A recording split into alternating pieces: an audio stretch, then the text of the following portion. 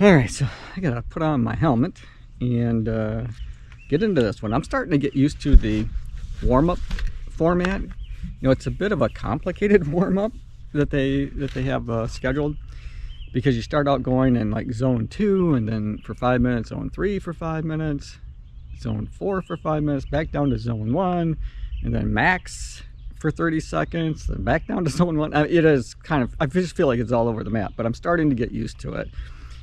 You know, I have been kind of losing track a little bit on my watch when I've been out there, not knowing exactly what was coming up next, but I'm starting to get the hang of it. All right, I'm gonna get my helmet on and get into this one, because it's a gorgeous day and it's a great day to be out getting it done. I'm gonna take you guys along with me for the ride. All right, let's do this.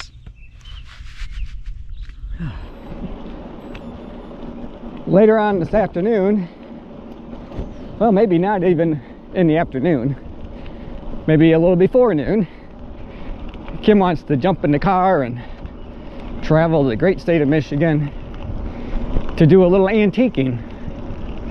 Now, when we talk about antiques, it's not so much furniture as it is things like glass. She loves antique glass, Fenton and Viking and that kind of stuff. Oh, look out, little squirrel. So I want to put a trailer hitch on my Equinox. Really shouldn't be a big deal. Those are set up for them, so I shouldn't have to do any kind of customization. I think it's something I ought to be able to bolt on myself. I have all the tools that I need, torque wrench, that kind of stuff. But it'll make it so much easier to be able to use my bike rack to haul my mountain bike around, rather than trying to stick it in the rear end of the Equinox, because it fits, but just barely. It's kind of hard on my back to lift it up and put it in there.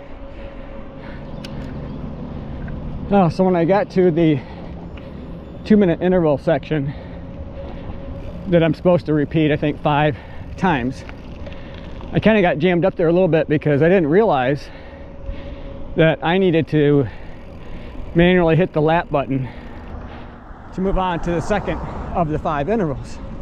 So I was kind of stuck on one for a while before I realized that, which is okay, you know, not a big deal. I wasn't really in that recovery zone like I wanted to be anyway, so it did give my heart rate a chance to come down before trying to get it to spike back up again during that somewhat max effort. I'm going to turn around and ride that loop over again. So the way that it's formatted is this workout, when it comes to these intervals, basically has me take as much time as needed to recover before manually setting the next interval or starting the next one. So I guess you could, if you felt good, only take 30 seconds or so and dive right into the next one. I'm not going to do that. I'm going to take probably a minute here, mainly because I'm sharing all this information with you right now.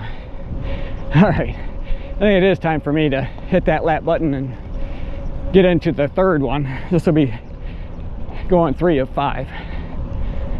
All right, let's do this. Whew. All right, so I'm back in the recovery. Just finished the third interval. Daydreaming of some grilled chicken. I'm attempting to make a copycat recipe of the restaurant chain Chipotle, their grilled chicken. Kim and I both absolutely love it. And I have to say that, you know, not only was I disappointed that I had to pull the plug on the Boston Marathon, you know, just a few days before going, I was also disappointed that I was going to miss out on my Carb Fest weekend, where I'm munching on bagels pretty much all day and having Chipotle, you know, those rice bowls with that grilled chicken and sauteed peppers and onions, pico sauce, avocado. Oh my gosh. I'm getting hungry for that right now. So I've got some chicken, boneless, skinless chicken thighs are marinated in a homemade Chipotle copycat recipe. So we'll see. I've had them in there overnight. I think that should be plenty of time to marinate them. And then later on this afternoon, we're going to enjoy us a little Chipotle style grilled chicken. Of course, we'll have to wait till we get back from Kim's marathon session of antiquing. It'll definitely give me something to look forward to.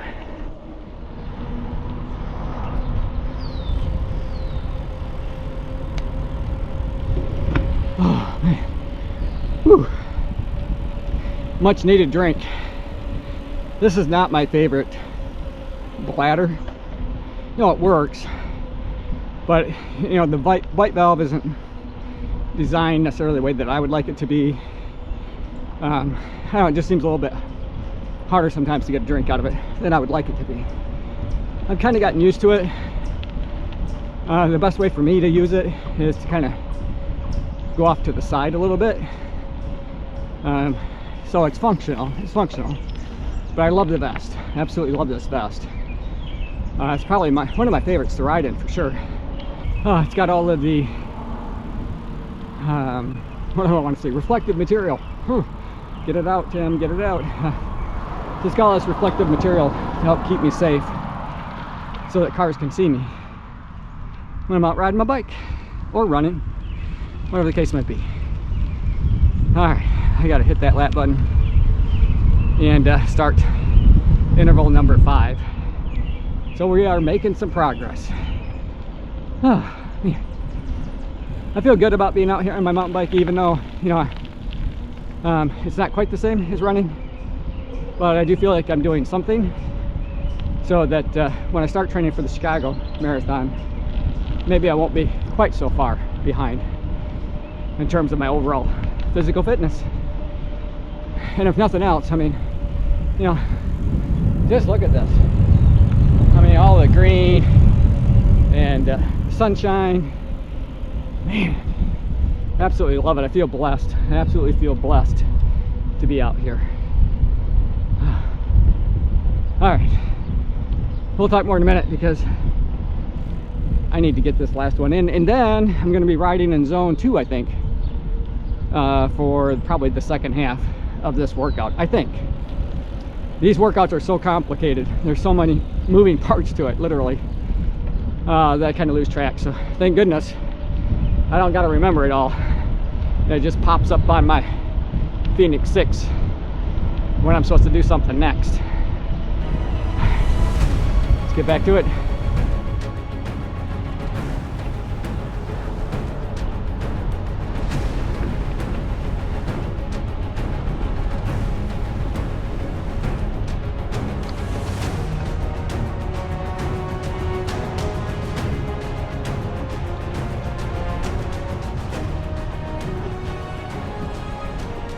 Scrolling across my watch face was a bit of a description about, you know, how much time, about you should take between those intervals, and it did say a rest period of about 2 minutes in recovery. So I'm going to slow down because my heart rate is not in that recovery zone at the moment. So I'm just coasting for a second. You're going to enjoy the breeze. My watch says, I don't know if you can see that, it says high, so it's too high, even though I'm not pedaling, so we'll take a few minutes for it to come down. Oh, so this workout is coming to a close in about 90 minutes, a little over 20 miles, but we'll take a look at the exact numbers here in just a second. And while the workout's coming to a close, my day is just getting started. Oh, I think Kim is really excited about hitting the road and checking out some of those vintage and antique places that we have here in Michigan. Okay, so I'm going to end the workout. Hour and 30 minutes and 34 seconds. Let me hit save here. Perceived effort. I'm going to say, I'm going to say moderate. I'm going to say moderate today as my watch is saving. I'm not exactly sure on the total number of miles. I was just kind of guessing based on the route that I took. And 21 0.06 miles, an average of 14 miles per hour. The training effect overall was base. So, and I got a notification on my watch. It just popped up that Kafuzi has something posted online. It's probably, you know, probably his daily show. So hopefully I'll be able to check that out later. I won't be able to watch it live today. All right, guys. Thanks for making it to the end of this video. Hope you enjoyed it. I enjoyed making it for you. As always, run tall, run strong. You kind of one another. Thanks for watching, and we'll see you tomorrow. Whew. All right. Oh, goodness. I'm going to lose my helmet.